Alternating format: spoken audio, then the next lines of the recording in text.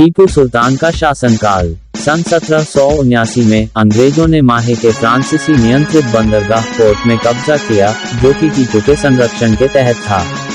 टीपू सुल्तान के पिता हैदर अली ने सन 1780 में प्रतिशोध लेने के लिए अंग्रेजों के खिलाफ शत्रुता की शुरुआत की और द्वितीय एंग्लो-मैसूर युद्ध के रूप में एक अभियान चलाया, जिसमें उन्होंने महत्वपूर्ण सफलता हासिल की।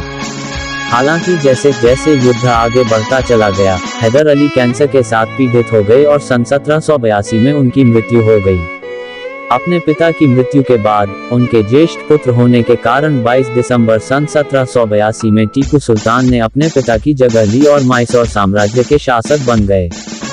शासक बनने के बाद टीपू सुल्तान ने तुरंत ही अंग्रेजों की अग्रिमों एडवांसेस की जांच करने के लिए मराठों और मुगलों के साथ गठबंधन कर सैन्य रणनीतियों पर काम करना शुरू कर दिया। अंततः सन 1784 में टीपू द्वितीय एंग्लो-मैसूर युद्ध को खत्म करने के लिए अंग्रेजों के साथ मंगलौर की संधि पर हस्ताक्षर करने में सफल हो गए थे। शासक के रूप में टीपू सुल्तान एक कुशल व्यक्ति साबित हुए। टीपू सुल्तान ने अपने पिता की पीछे छोड़ी हुई परियोजनाओं जैसे सड़कें, पुल, प्रजा के लिए मकान और बंदरगाह बनवाना आदि को पूरा किया और युद्ध में रॉकेट के उपयोग में कई सारे सैन्य नए परिवर्तन किए और साथ ही लोहे से निर्मित मैसूरियन रॉकेट और मिसाइल का भी निर्माण किया। इसका उपयोग वे अंग्रेजों के खिलाफ लड़ाई में किया करते थे। अपने निर्धारित प्रयासों के माध्यम से उन्होंने ऐसा अद्भुत सैन्य बल बनाया जो कि अंग्रेजों के सैन्य बल को गंभीर नुकसान पहुंचा सके।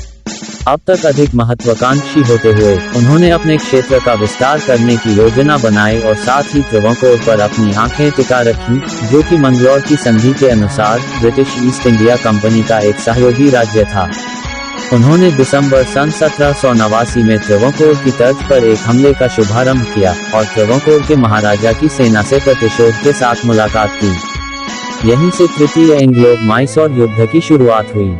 त्रावणकोर के महाराजा ने अपनी मदद के लिए ईस्ट इंडिया कंपनी से अपील की और उसके जवाब में लॉर्ड कॉर्नवालिस ने टीपू का विरोध करते हुए एवं मजबूत सैन्य बल का निर्माण करने के लिए मराठों और हैदराबाद के निजामों के साथ गठबंधन का गठन किया।